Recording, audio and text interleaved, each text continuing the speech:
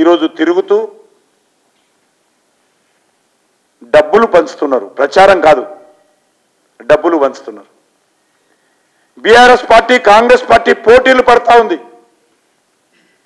అంగట్లో సరుకు కొన్నట్లుగా జూబ్లీహిల్స్ ప్రజలను కొనుగోలు చేసేటువంటి ప్రయత్నం రెండు పార్టీలు చేస్తా ఉన్నాయి.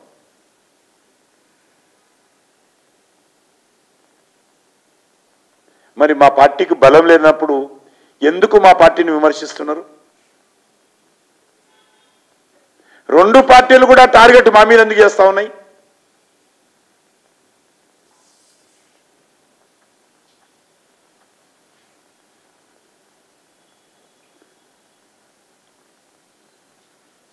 ఈరోజు మరొకసారి మనవి చేస్తా ఉన్నాను. భారతీయ జనతా పార్టీ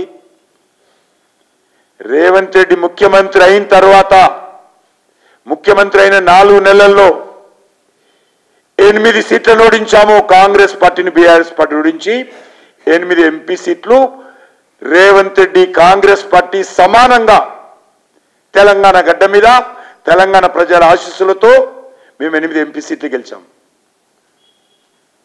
మీ దయాదాక్షిణ్యాలు మాకు అవసరం లేదు. మీకు సంజాయి చెప్పాల్సిన అవసరం లేదు. మాకు మీ సర్టిఫికెట్కు మాకు అవసరం లేదు. తెలంగాణ ఆశీస్సులు కావాలి, తెలంగాణ ప్రజల అండదండలు కావాలి. తెలంగాణ ప్రజల సర్టిఫికెట్ గత పార్లమెంట్ ఎన్నికల్లో మాకు ఇచ్చారు.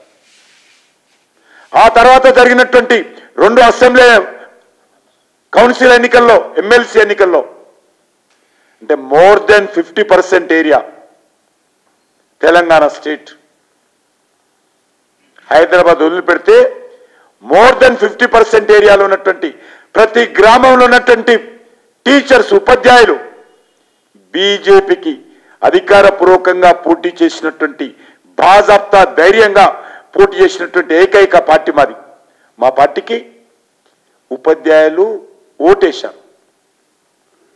హైదరాబాద్ వదిలిపెడితే మెజార్టీ గ్రామాలలో ఉన్నటువంటి పట్టభద్రులు 2కు 2 సీట్లు టీచర్స్ని, గ్రాడ్యుయేట్స్ని ఆశీర్వదించి భారతీయ జనతా పార్టీకి ఓటేసినటువంటి చరిత్ర ఈ Telangana ప్రజలది.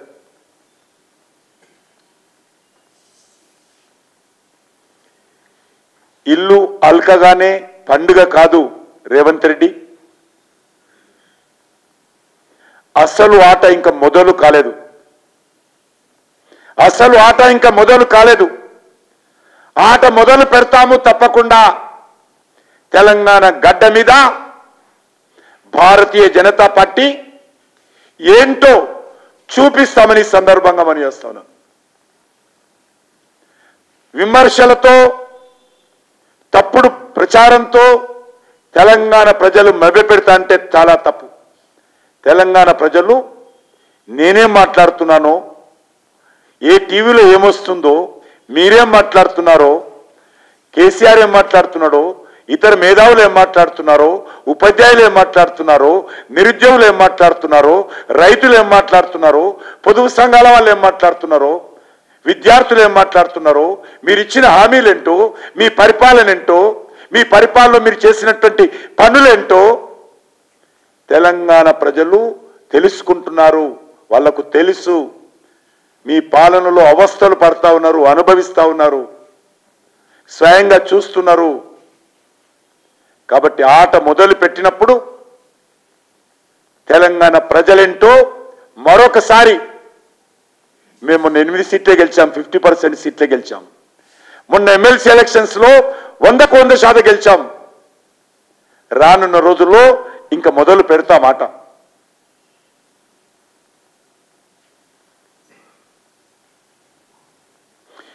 BRS party Congress party యొక్క కాళ్ళ కింద భూమి కదలాలి. తెలంగాణ ప్రజలు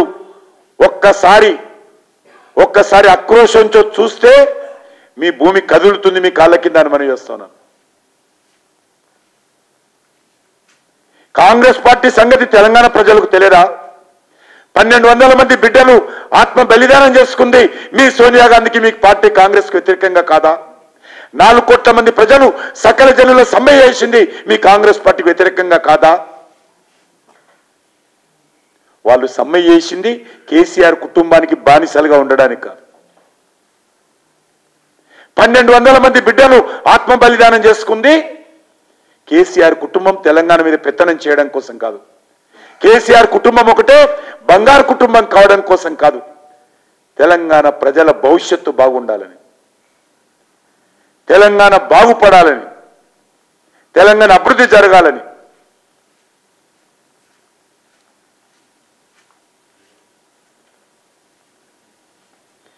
ఖచ్చితంగా మీ పార్టీల యొక్క కుటుంబ పాలన, మీ 3 పార్టీల కుటుంబ పాలన,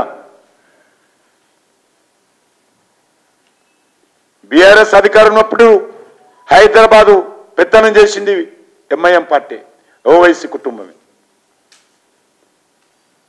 ఈరోజు కూడా మళ్ళీ కాంగ్రెస్ పక్కన చేరి హైదరాబాద్లో పెత్తనం చేస్తుంది. కాంగ్రెస్ పార్టీ అభ్యర్థిని సైతం సెలెక్ట్ చేస్తుంది మజ్లిస్ పార్టీ. కాబట్టి మీ సంతుష్టీకరణ, మీ బుజ్జగింపు, మీ ఓటు బ్యాంకు రాజకీయాలకు వ్యతిరేకంగా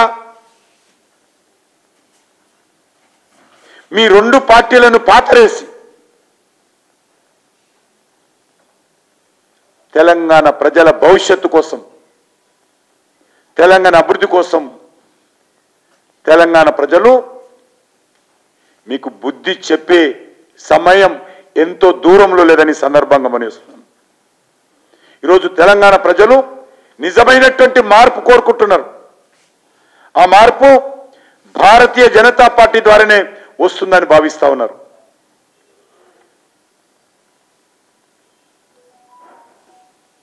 ఆయన మూసీ ప్రక్షాళన గురించి మాట్లాడుతున్నారు. మజ్లిస్ పార్టీ నాయకుల భవనాల జోలికి వెళ్ళారు. అధికార పార్టీ మంత్రుల భవనాల జోలికి వెళ్ళారు.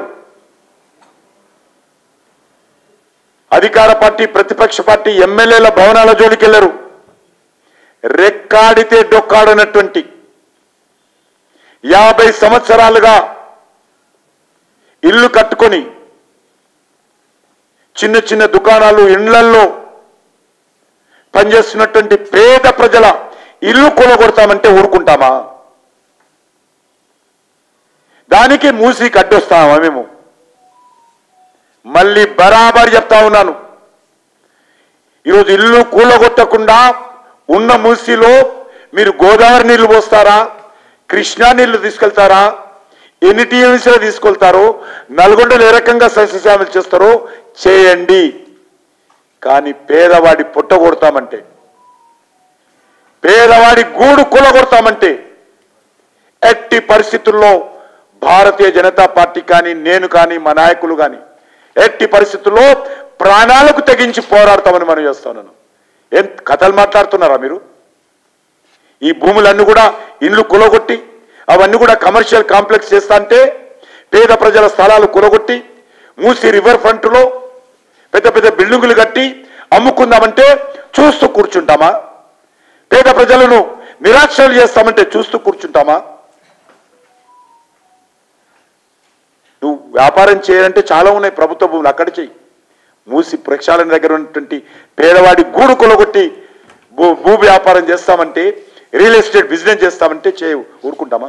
ఇప్పుడు కూడా మనం చేస్తా ఉన్నాను, ఎంతైతే మీకు భూమి కావాలో అంతే తీసుకోండి మూసి ప్రక్షాళన కోసం.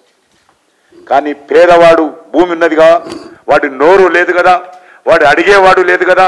50 సంవత్సరాలున్నా అనేక సంవత్సరాలుగా అప్పులు చేసి ఒక్కొక్క రూపాయి కూరగట్టి ఇటుక మీద ఇటుక వేసి తన కుటుంబం అంతా కూడా శ్రమదానం చేసి కట్టుకున్నటువంటి ఇండ్లను కొలగొడితే వాళ్ళకు అండగా భారతీయ జనతా పార్టీ హైదరాబాద్ నగరంలో, భాగ్యనగరంలో కులాలకు అతీతంగా, మతాలకు అతీతంగా వాళ్ళకు అండగా నిలబడతామని ఈ సందర్భంగా మనం చేస్తున్నాను.